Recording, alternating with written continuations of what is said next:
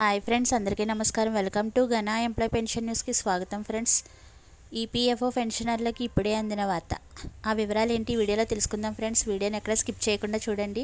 మా వీడియో మీకు నచ్చినట్టయితే మా ఛానల్ లైక్ చేయండి, షేర్ చేయండి, సబ్స్క్రైబ్ చేయండి. ఫ్రెండ్స్, ఇక వివరాల్లోకి అయితే వెళ్ళిపోదాం. ఫ్రెండ్స్, ఉద్యోగుల ప్రొవిడెంట్ ఫండ్ విత్డ్రా ప్రక్రియను మరింత సులభతరం చేసే దిశగా కేంద్ర ప్రభుత్వం మరో కీలక అడుగు చేయబోతుంది.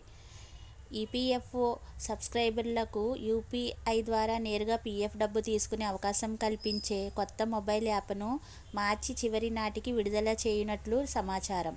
ఈ విషయాన్ని మనీ కంట్రోల్కు చెందిన ఇద్దరు ఉన్నతాధికారులు వెల్లడించారు.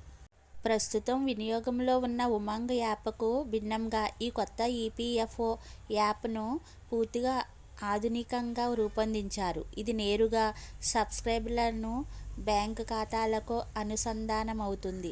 అంతేకాకుండా భీమ్తో పాటు ఇతర యూపీఐ యాప్లతో కూడా లింక్ అయ్యే విధంగా వ్యవస్థను అభివృద్ధి చేశారు.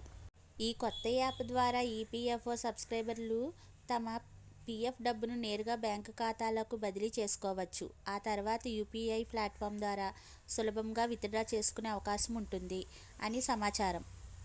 ప్రస్తుతం ఈపీఎఫ్ఓ నిధులను యూఏఎన్ పోర్టల్ ద్వారా ఆన్లైన్లో ఉపసంహరించుకునే సౌకర్యం ఉన్నప్పటికీ యూపీఐ ద్వారా నేరుగా విత్డ్రా చేసుకునే వెసులుబాటు లేదు. అయితే కొత్త యాప్కు సంబంధించిన పరీక్షలు విజయవంతంగా పూర్తవడంతో యూపీఐ ఆధారిత పీఎఫ్ విత్డ్రా సదుపాయం మార్చి చివరి నాటికి అందుబాటులోకి వచ్చే అవకాశం ఉందని అధికారులు స్పష్టం చేశారు. అధికారిక వివరాల ప్రకారం సబ్స్క్రైబర్లు తమ ఈపీఎఫ్ఓ బ్యాలెన్స్లో గరిష్టంగా 75% వరకు బ్యాంకు ఖాతాలకు ఉపసంహరించుకోవచ్చు. ఈపీఎఫ్ నిబంధనల ప్రకారం ఖాతాలో కనీసం 25% బ్యాలెన్స్ తప్పనిసరిగా ఉండాలి. అయితే ఒకవేళ ఉద్యోగం కోల్పోయిన పరిస్థితుల్లో మిగిలిన ఈ 25% మొత్తాన్ని 12 నెలల తర్వాత మాత్రమే ఉపసంహరించుకునేందుకు అనుమతి ఉంటుంది.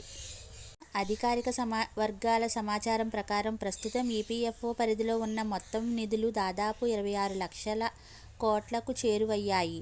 ఈపీఎఫ్ఓ కింద సుమారు 7.5 కోట్ల మంది క్రియాశీల సబ్స్క్రైబర్లు నిరంతరం చందాలు జమ చేస్తుండగా మొత్తం సబ్స్క్రైబర్ల సంఖ్య దాదాపు 30 కోట్లకు చేరినట్లు అంచనా.